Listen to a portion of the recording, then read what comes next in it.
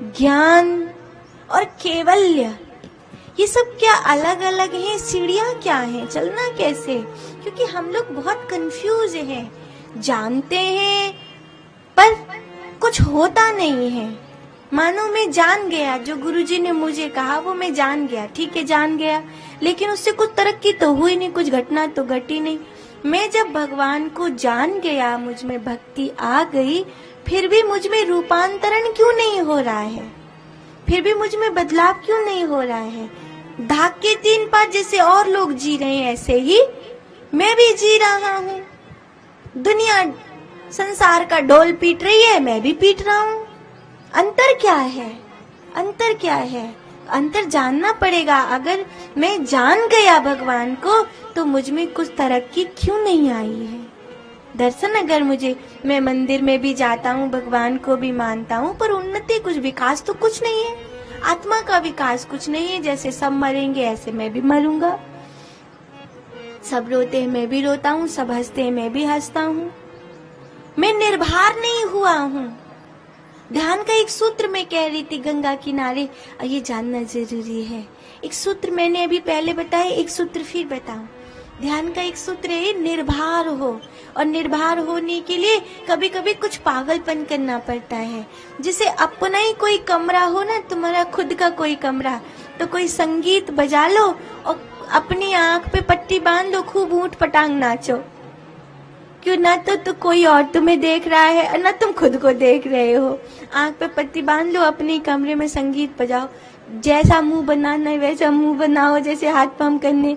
है पागलपन, लेकिन इस पागलपन को करके देखो, ऐसा लगेगा जैसे तुम निर्भर हो गया, सब विदा हो गया। जितनी अकड़ थी वो सब विदा हो गई, सब छूट गया। ये शरीर है ना, सब डिब्बा डिब्बा डिब्बा डिब्बा डिब्बा डिब्बा जुड़ा है। जब हम सुबह ध्यान करने बैठे तो सबसे पहले स्थिर होते हैं। स्थिर होते तो ऐसा लगता है जैसे सब जगह से आके कुछ कुछ जुड़ रहा है।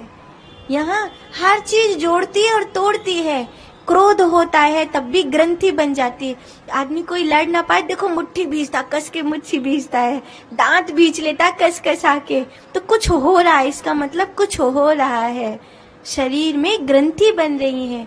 तो ध्यान की ये एक विधि है, ये विधि कहती है निर्भर होना, और निर्भर होने के लिए ये वाला पागलपन किया जा सकता है। ऐसा पागलपन करो, फिर देखना है पागलपन ही। आप बुद्धि कहेगी इससे क्या होगा, पर करके देखना।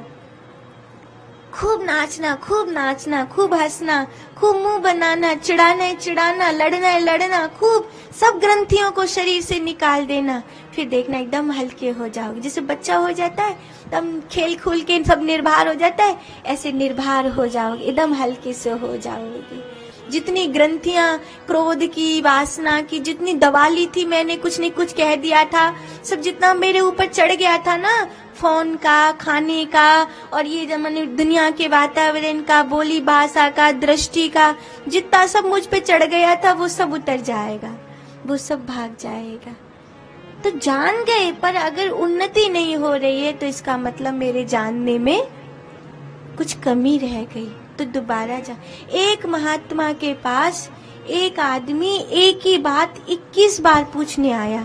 21 बार एक ही बात, एक ही बात, और वो महात्मा एक ही बात दोहरा देते थे। और कहते हैं 22वें दिन वो नहीं आया। 22वें दिन वो जब नहीं आया तो बाकी के चेला तो बड़े खुश हुए कि चलो आती हटो, लेकिन गुरुजी वाके घर खुद गए कि चलो भैया आज पूछ भी नहीं आए हो, वही सवाल 21 दिन आते जो पूछो। तो बोले नहीं, आज पता चल गई, आज पता चल गई। बाकी आंखन में आंसू भरे हैं, प्रेम ते वाको हृदय भरो, बोलो आज पता चल गई। अब नहीं, अब जान गया। तो अगर जान गए तो फिर पाना भी हो जाएगा। अगर खाली जानते हो और पाया कुछ नहीं है तो फिर जानते भी नहीं हो। भगवान को मानते हो, भगवान को जानते हो, पर जीवन में विकास नहीं है, तरक्की नहीं है, इस जीवन में कोई आत्म उन्नति नहीं है, इस जीवन में कोई भी वैचारिक विकास नहीं है, कोई भी सत्य की उपलब्धि नहीं है, तो फिर वो जानना मानना सब थोता थोता, सब थोता। अभी अधूरा बुद्धि तक ही है, भीतर तक नहीं घुसा है। इसीलिए विदुर जी भगवान का दर्शन करने के बाद भी मैत्रेय मुनि